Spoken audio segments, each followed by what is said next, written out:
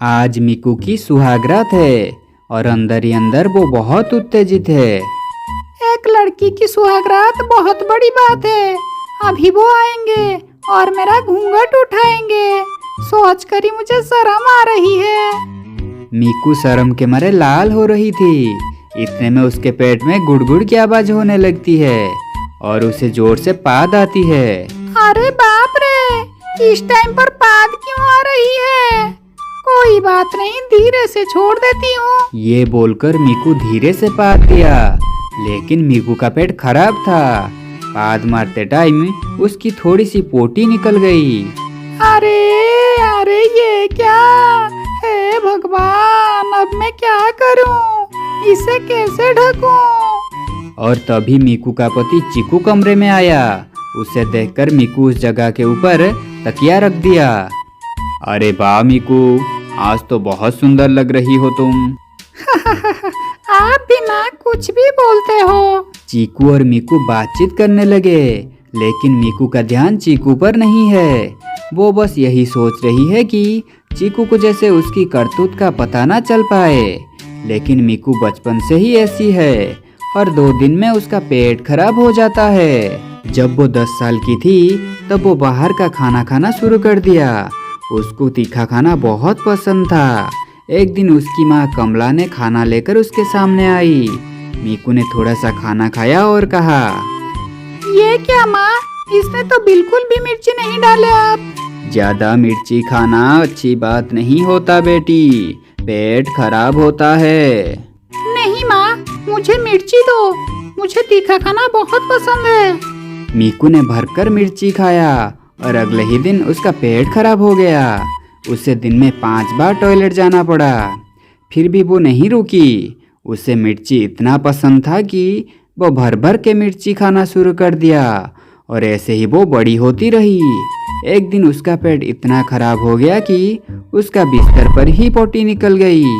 उसकी माँ कमला ने कहा, हाय मेरी बेटी की हालत तो देखो, कुछ दिनों के बाद ससुराल जाएगी। ससुराल वाले क्या बोलेंगे? और मीकू का वो डर आज सच होने जा रहा है। मीकू ने उसकी माँ की बात को नहीं सुनी और शादी के दिन भी भर भर के मिर्ची खा ली। अरे पगली, आज तेरी शादी है, आज तो मिर्ची मत खा। तुम चुप रहो माँ, मुझे खाने दो शांति से। और रात को बिस्तर पर ही उसकी पोटी निकल गई। चीकू भी कमरे में आ गया और बातचीत करते करते चीकू को बदबू आई। अरे मीकू, ये बदबू कहाँ से आ रही है? बदबू? नहीं तो, मुझे तो कोई बदबू नहीं आ रही। मीकू ने बात टालने की कोशिश की और चीकू भी बहक गया। अगले ही दिन मीकू ने चादर धोकर सुखा दिया और उसकी सास जानकी ने कहा, अरे बहू, ये नया चादर क्यों धो रही हो? वो कुछ गिर गया था माँ जी। मीकू ने बात को घुमा दिया और जाकर बाथरूम में घुस गई। वो दिन में 5-6 बार बाथरूम जाने लगी। ये कैसी लड़की है? ये दिन में कितनी बार शौच करती है? अजीब है। उस दिन रात को मीकू सो रही थी। चीकू भी उसके पास में ही था। तभी मीकू का पेट फिर से दुखने लगा और फिर से उसकी पोटी निकल गई। चीकू को बदबू आने लगी। अरे फिर से वही बदबू आ रही है। मीकू, तुमने पाद मारा है क्या? नहीं तो, वो मैं नहीं करती। मीकू ने बात टाल दी। ऐसे ही कुछ दिन बीत गए, लेकिन ऐसे ही मीकू कब तक बात को टालती।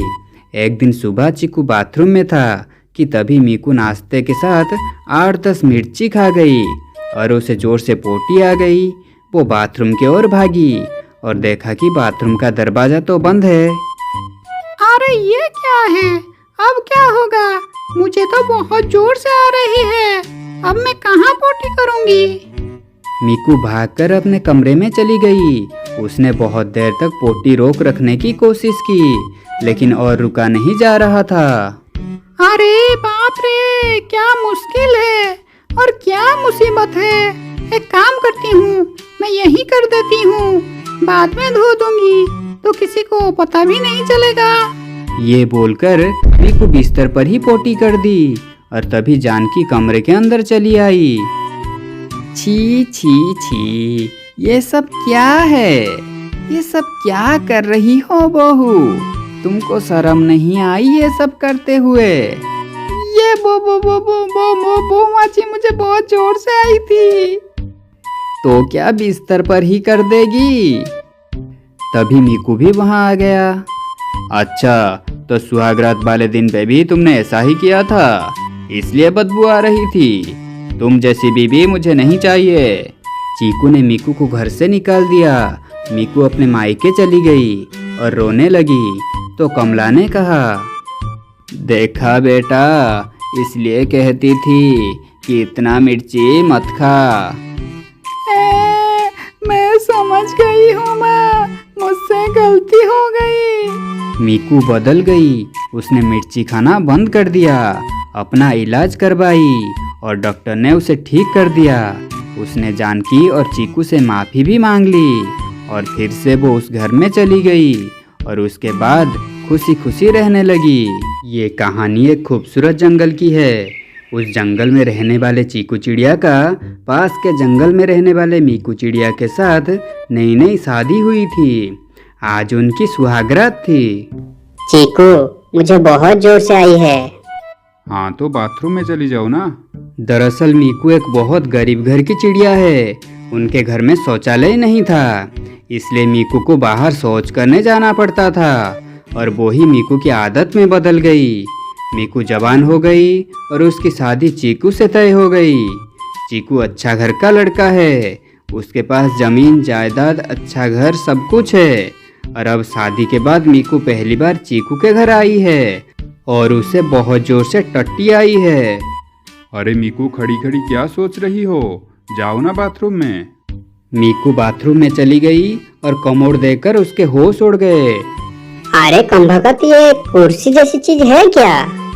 मीकू पहले कभी कमोड नहीं देखा था, इसलिए उसे देखकर हैरान रह गई। थोड़ी देर देखने के बाद वो कमोड के ऊपर बैठ गई। अरे कमबख्त, इसमें बैठकर कैसे करूं? ये तो बिल्कुल कुर्सी जैसा लग रहा है। भला कुर्सी में बैठकर कौन हकता है? मीकू का ठीक से पेट साफ नहीं हुआ और वो बाथरूम से बाहर चली आई। उसकी सास कमला ने कहा, क्या हुआ बहू? अच्छे से पेट तो साफ हुआ ना? मीकू ने मुस्कुराते हुए कहा, हाँ माँ जी, ठीक से ही हुआ है। लेकिन मीकू का पेट अभी भी दुख रहा था। वो रात होने का इंतजार कर रही थी। रात को सभी खा पी कर सो गए। चीकू भी थका हुआ था, वो भी सो गया। और तभी मीकू चुपके से उठ गई और लोटा लेकर बाहर चली गई। मीकू खेत में चली गई और वहां बैठकर शौच करने लगी। अब आ रहा है मजा। खेत में बैठकर शौच करने का मजा ही कुछ और है। खुले में हवा का मजा उठाते हुए पेट अच्छे से साफ होता है। पेट साफ करने के बाद मीकू घर लौट गई। अब से यही करूंगी। हर रात को पेट साफ करने के लिए खेत में चली जाऊंगी। अगले दिन भी रात को मीकू खेत में चली गई। ऐसे कुछ दिन बीत गया। उस जंगल में एक ठरकी कालू कौवा भी रहता था। गर्मी का मौसम था, इसलिए कालू कौवा टहलने के लिए निकला था। वाह, कितनी हवा है यहाँ। घर में तो गर्मी ही गर्मी है। एक काम करता हूँ, आज रात खेत में ही सो जाता हूँ। ठंडी ठंडी हवाओं में मस्त नींद आ जाएगी। खेत में एक कटा हुआ पेड़ था। कालू कौवा उसी के पास ही सो गया। उसे नींद भी आ गई और देर रात को मीकू लोटा लेकर खेत में पहुंच गई। आज कहाँ करूँ शौच? हाँ, उस कटे हुए पेड़ के ऊपर बैठकर कर देती हूँ। मीकू उस कटे हुए पेड़ के ऊपर बैठी और पूरे आनंद से शौच करने लगी और वो सब कालू कौवे के मुंह पर आकर गिरा। अरे, ये पानी पानी सा कहाँ से गिर रहा है? जो भी है, बड़ा मजा आ रहा है। कालू कौवे के मुंह पर फिर से शौच गिरा। उसकी नींद टूटी और उसकी आंख खुली। अरे, ये क्या है? मीकू बिल्कुल कालू कौवे के मुंह के ऊपर ही बैठी हुई थी, इसलिए कालू ने आंखें खोलकर जो देखा तो उसका होश ही उड़ गया। वो खुश हो गया। अरे, ये क्या देख रहा हूँ मैं? इतना अच्छा नज़ारा। रात को मुझ जैसे अकेले को और क्या चाहिए। कालू देखता रहा और मीकू उसके मुंह पर शौच करती रही। कुछ देर बाद कालू को एहसास हुआ कि आखिर उसके मुंह पर क्या गिर रहा है। वो तुरंत वहां से उठकर दूर भाग गया। छी छी, इस उम्र में मुझे क्या क्या सहना पड़ रहा है। जो भी है, इस नज़ारे के लिए तो मुझे हर रोज यहाँ आना पड़ेगा। यहाँ ये सब हो रहा था और उधर चीकू के नींद टूट गए। चीकू ने देखा कि मीकू कमरे में नहीं है। अरे इतनी रात को ये मीकू कहाँ चली गई? चीकू घर से बाहर चला गया और देखा कि मीकू खेत में बैठकर शौच कर रही है। अरे ये क्या कर रही है? ये खेत में क्यों कर रही है? ठीक है, कल इसे पूछूंगा। चीकू घर चला आया और सो गया और कुछ देर बाद मीकू भी वापस आ गई। सुबह कमला के सामने ही चीकू ने मीकू से पूछा, मीकू, तुम रात को खेत में शौच करने जाती हो? अरे आपको पता चल गया? लेकिन क्यों बहू, घर में तो शौचालय है, फिर भी तुम बाहर क्यों जाती हो? वो दरअसल मुझे बचपन से ही खुले में शौच करने की आदत है। तो फिर आदत बदल दो। खुले में शौच करना अच्छी बात नहीं है। बहुत बीमारियां फैलती है और सांपों का भी डर रहता है। अरे मुझे कुछ नहीं होगा, मैं बचपन से तो करती आ रही हूँ। मीकू किसी की बात नहीं सुनी और फिर रात होते ही लोटा लेकर निकल गई और उसी जगह जाकर बैठ गई। और उधर कालू कौवा भी पहले से ही हाजिर था। आज फिर से वो नज़ारा देखने को मिलेगा। उधर मीकू शौच करने जा रही थी कि तभी एक सांप ने आकर उसे काट लिया। सांप सांप।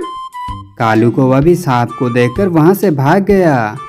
अरे बाप रे, भागो, जान बची तो लाखों पाए। मीकू जल्दी से आई और चीकू को बुलाने लगी। चीकू नींद से उठा और सब कुछ सुनने के बाद मीकू को अस्पताल में दाखिल करवा दिया।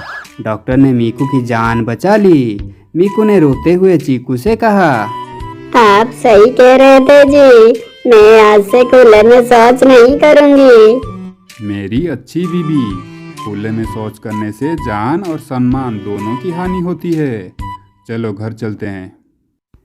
मीकू घर चली आई और कुछ दिन शौचालय में शौच करने से ही उसकी आदत बदल गई। असल में इंसान अगर चाहे तो कुछ भी कर सकता है। इसके बाद मीकू कभी खुले में शौच करने नहीं गई और खुशी खुशी जीने लगी।